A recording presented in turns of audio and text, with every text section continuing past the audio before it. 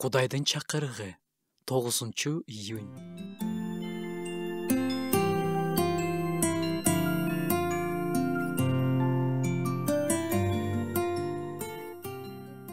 Сенин ишенимдүүлүгүң зор.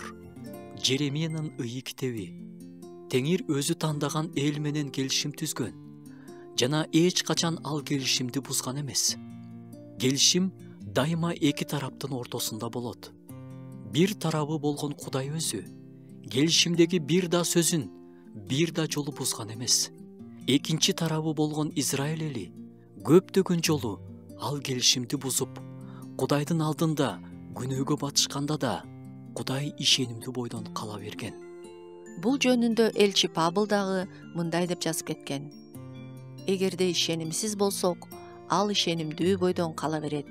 Анткени ал өзүнө өзү каршы чыга албайт. Ааламдын ээси Кудайдын ишенимдүүлүгүн биз бул дүйнөдөгү эч нерсе менен салыштыра албайбыз. Анын ишенимдүүлүгү зор.